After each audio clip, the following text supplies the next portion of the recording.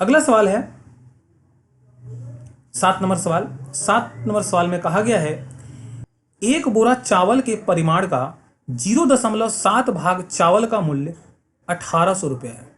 अच्छा, यहां पर जो हमें पहले भिन्न में बताया जा रहा था, हालांकि ये भी भिन्न ही है, इसको दशमलव भिन्न कहते हैं। तो पहले एक साधारण भिन्न में दिया जा रहा था, अब दिया गया है दशमलव भिन्न में।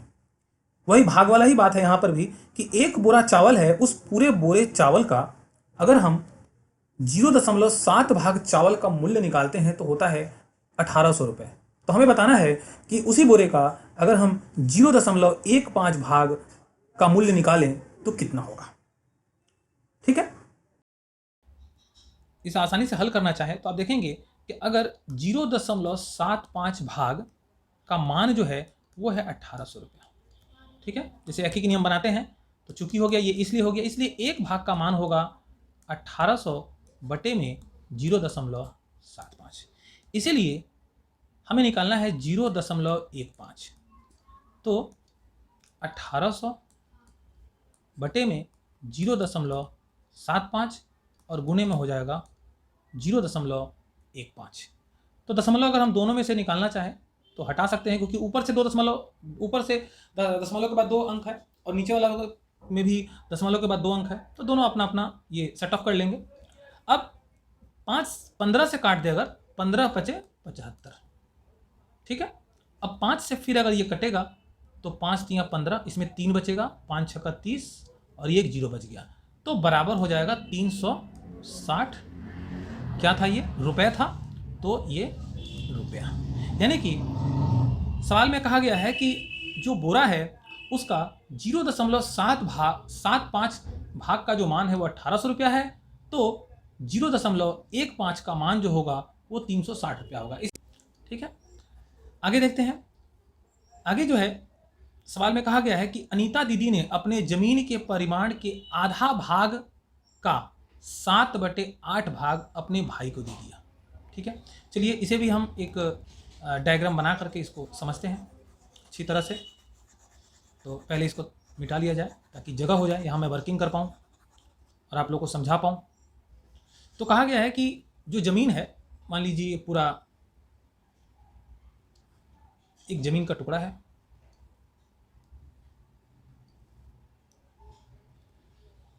ठीक है, ज़मीन का टुकड़ा है जिसके परिमाण का आधा, तो पहले हम आधा कर लेते हैं भाई। वो पहले ज़मीन को क्या किया? आधा कर दी है।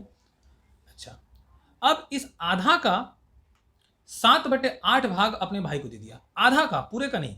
पहले वो ज़मीन को आधा की, उसके बाद आधा का 7/8, यानी कि आधा को 8 भागों में बांट दिया गया। 8 बराबर भागों में बांट दिया गया।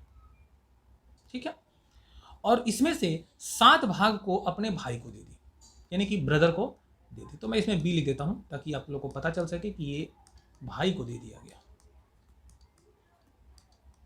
ठीक है, देन बाकी जमीन अपने 3 बेटों में बराबर बांट दिया। बाकी जमीन 3 बेटों में बांटा गया। तो एक काम करते हैं, इसे भी हम 8 बराबर भागों में बांट देते हैं। इसे अलग कलर ले लेता हूं ताकि आप लोगों को समझ में आए कि पहला और दूसरा में क्या फ़र्क है। तो इसे भी देखो, यहाँ पर 2 बराबर भागों में इसको कर दिया, फिर 1 2 3 और 4।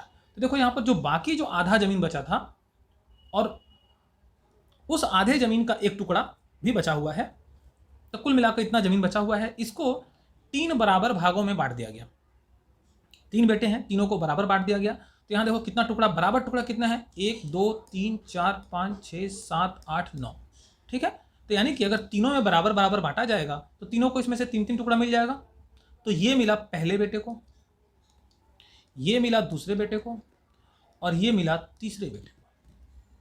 ठीक है, तो ये तो हमने डायग्राम में समझ लिया। अब सवाल कैसे हम लिखेंगे, बनाएंगे कैसे? तो देखिए, कहा गया है कि प्रत्येक लड़का जमीन का कितना भाग पाया। तो आप खुद देखिए कि कुल जो जमीन है अगर बराबर टुकड़े में तोड़ा गया है तो कुल 16 टुकड़ा हुआ है। 2 4 6 8 और इधर 8, 16 टुकड़ा। 16 टुकड़ा में जो बेटों ने जो पाया, अनीता के बेटों ने जो पाया, प्रत्येक लड़का जमीन का कितना भाग पाएगा, तो प्रत्येक लड़का सिर्फ 3 टुकड़ा ही पा रहा है। कितने का? 16 का। तो उत्तर हो गया 3/16। ठीक है। प्रत्येक लड़का जमीन का कितना भाग पाया उसे चित्र की सहायता से दिखाओ। तो हमने चित्र की सहायता से दिखा दिया कि पहले वो आधा कर ली जमीन का, ठीक है, और आधे जमीन को 8 बराबर भागों में बांटकर 7 पहले भाई को दे दी, फिर जमीन को 3 बराबर भागों में अपने तीनों बेटों को दे दिया। तो जब हम तुलना कर रहे हैं कि हाँ पूरे जमीन का यानी कि 16 टुकड़ा में बेटों को कितना मिला? सिर्फ 3। यही हो गया उत्तर। ठीक है। तो अभी तक हमने ये 8 सवाल हल कर लिया। अब कुछ आगे सवाल दिया गया है जो हमें कैलकुलेशन, गुणा भागा, सरल करो, ये सब करना है। अगर आप पहले से भिन्न का जोड़ घटाव, गुणा भागा सीख चुके हैं तो आपके लिए ये मुश्किल नहीं होगा। फिर भी मैं बता दूं इसे कैसे करना है आप लोग को। जस्ट मैं यहाँ बनाते जा रहा हूँ, आप देखते जाइए कि कैसे ये बन रहा है। तो जैसे कि ये पहला नंबर जो सवाल है ये है 13/25 और गुणा का निशान देकर के दिया हुआ है 1 सही 7/8। तो ये मिश्र भिन्न में दिया गया है, इसे हमें सरल भिन्न में बदलना होगा। तो 8 एकम 8 और 7 15। ठीक है। तो 15/8। ठीक है। अब यहाँ पर अगर कुछ कट हो रहा है 5 से 3 बार में और 5 से 5 बार में, ठीक है, तो ऊपर में हो जा रहा है 13 3 39, 39 हो गया, और 8 5 40 ये हो गया। ठीक है। तो बस यही उत्तर हो जाएगा इसका। ये पहला नंबर सवाल का ये उत्तर हुआ। ये दूसरा नंबर कर देता हूँ। दूसरा को भी देखो, दोनों ही इस बार मिश्र भिन्न में दिया हुआ है। इसे हम क्या करेंगे, पहले सरल भिन्न में बदलेंगे।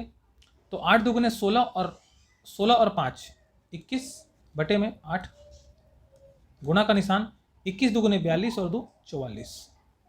ठीक है। 44/21। तो 21 21 ये कट गया। ठीक है। 4 से ये 2 बार में, 4 से ये 11 बार में, तो इसका उत्तर आ गया 11/2। ठीक है। क्योंकि इस बार नीचे वाले का मान यानी कि हर का जो मान छोटा है इसलिए हम इसे मिश्र भिन्न में भी बदल सकते हैं। तो कितना होगा, 2 से अगर हम भाग देंगे तो आएगा 5, बचेगा 1 और नीचे में 2। ठीक है। इसे अगर आप नहीं समझ पा रहे हैं, अब भाई आप सर आपने क्या कर दिया, कैसे हो गया, अगर आप नहीं समझ पा रहे हैं तो चलिए मैं इसे वर्किंग करके दिखा देता हूँ। ठीक है।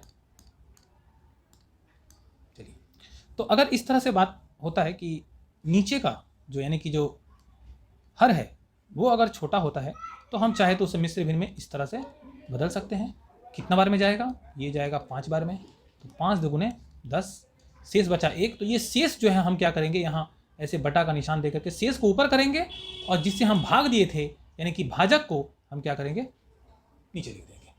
तो उत्तर हो जाएगा 5 सही 1/2। तो इस तरह से आप ये सारे सवाल को हल करिए एक एक करके। अगला सवाल 3 नंबर भी सेम करिएगा। दशमलव को भी वैसे ही आप दशमलव हटा करके नीचे में आप 100 लगा सकते हैं, 1000 लगा सकते हैं, मतलब दशमलव के बाद जितनी संख्या रहेगी उतनी जीरो लगा करके आप ये वर्किंग करिए। और कोई प्रॉब्लम हो तो आप पूछिए, मैं बताऊंगा। सरल करो में भी सेम यहाँ पर भाग करने को कहा गया है। तो जैसा कि हम पिछला चैप्टर में भी सीख चुके हैं कि भाग करने के लिए हमें क्या करना होगा कि इसे भाग के निशान को गुणा में बदलेंगे और जो भिन्न है उसको रिवर्स कर देंगे। ये हम सीख चुके हैं पहले भी। आप इन सभी सवालों को खुद से बनाने का प्रयास करिए और अगर कुछ दिक्कत आती है तो आप हमें कमेंट करिए, हम जरूर इसे बताएंगे। फिलहाल अब हम लास्ट ये 11 नंबर सवाल को बताएंगे। इसमें आपका कॉन्सेप्ट जो है भाग को लेकर के कॉन्सेप्ट जो है बहुत अच्छा हो जाएगा। ध्यान से समझिए। 11 नंबर सवाल में कहा गया है कि चित्र देखकर गुणा करो एवं रंग भरो। ठीक है। चित्र देखकर गुणा करो एवं रंग भरो। तो इसमें कहा गया है 1/4। तो देखो यहां पर जो मान है उसको 4 बराबर भागों में बांट दिया गया है और एक भाग को रंग कर दिया गया है। इस चित्र में भी एक भाग को रंग कर दिया गया है और एरो देकर के ये समझाया गया है कि अगर हम इन दोनों को गुणा करते हैं तो हो जाता है 2/4 और कट करेंगे तो होगा 1/2। बस ये तो सॉल्व कर दिया गया है। अब इसी तरह से हमें भी सॉल्व करना है, ठीक है। कैसे? तो देखिए यहाँ पर ये जो चित्र है इसमें जितने भी घर बनाए गए हैं वो सब बराबर हैं और उसमें से एक का मान को कलर किया गया है, एक के मान को इंडिकेट किया गया है कलर से। तो चलिए यहाँ पर कलर कर दिया गया, यहाँ भी कलर कर दिया गया, यहाँ भी कलर कर दिया गया है, ठीक है। तो हम इसको कैसे लिखेंगे, कैसे लिख सकते हैं? तो देखो यहाँ पर ये जो कुल मान है उसको कितने बराबर भागों में बांटा गया है, 1 2 3 4 5 6, 6 बराबर भागों में बांट करके एक भाग का मान को कलर किया गया है, यानी कि 1/6। इसमें भी 1/6 और इसमें भी 1/6। अब इन तीनों को गुणा करना है, तो तीनों को गुणा करना है तो लिखेंगे 1/6, तीनों में है तो 1/6 और तीनों में बराबर है तो हम क्या करेंगे, इसको 3 से गुणा कर दिए। तो इसको हल करेंगे तो 3 एकम 3 और 3 दुगुने 6, यानी कि नहीं, इसे अभी नहीं काटते हैं, इसे और समझने के लिए अभी मैं इसको नहीं काटता हूँ। तो इसको अगर हल करते हैं तो हो रहा है 3/6, यानी कि जो हमें आकार दिया गया था, जो शेप दिया गया था, उसको 6 बराबर टुकड़े में करके उसके 3 टुकड़े को कलर किया गया। देखो यहाँ पर 6 बराबर टुकड़े में से 3 टुकड़े को कलर किया गया था। इसे अगर हम और छोटा करना चाहें तो 3 एकम 3 और 3 दुगुने 6, ठीक है, तो 1/2, ठीक है। इसी तरह अगला सवाल में भी जो आकार दिया गया है उसे 2 4 यानी कि 4 4 8 4 12, इसमें 12 बॉक्स हैं, 12 बॉक्स हैं, 12 बॉक्स हैं, तो सभी में 2-2 बॉक्स को कलर किया गया है और यहाँ दिखाया जा रहा है टोटल 6। तो वैसे ही करेंगे 2/12,